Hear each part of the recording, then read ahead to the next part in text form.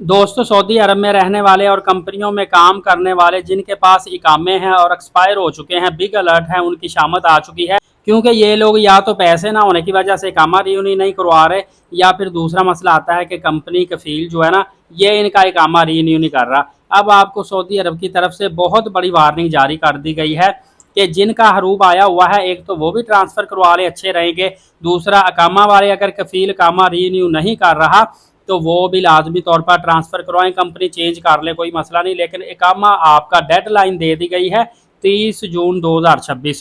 30 जून तक सऊदी अरब ने कहा है कि 3 माह तक जिनका इकामा एक्सपायर है या होने वाला है, वो फौरी तौर पर इसको रीन्यू करवा ले और अपना स्टेटस फौरी तौर पर लीगल कर ले। और याद रखिएगा, ये मुसस्सा वालों के लिए है।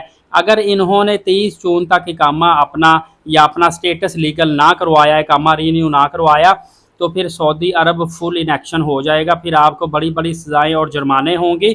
सेकंड, ये भी हो सकता है कि मज़ीद थोड़ी बहुत तारीख को एक्सटेंड कर दिया जाए और थोड़ा टाइम आपको और दे दिया जाए। दोस्तों, याद रखिएगा, सऊदी अरब इससे पहले भी आपको मुख्तलिफ़ किस्म की सख्त वार्निंग दे चुका है, और जैसे ही डेडलाइन ख़त्म होती है, सऊदी अरब का सख्त एक्शन होता है।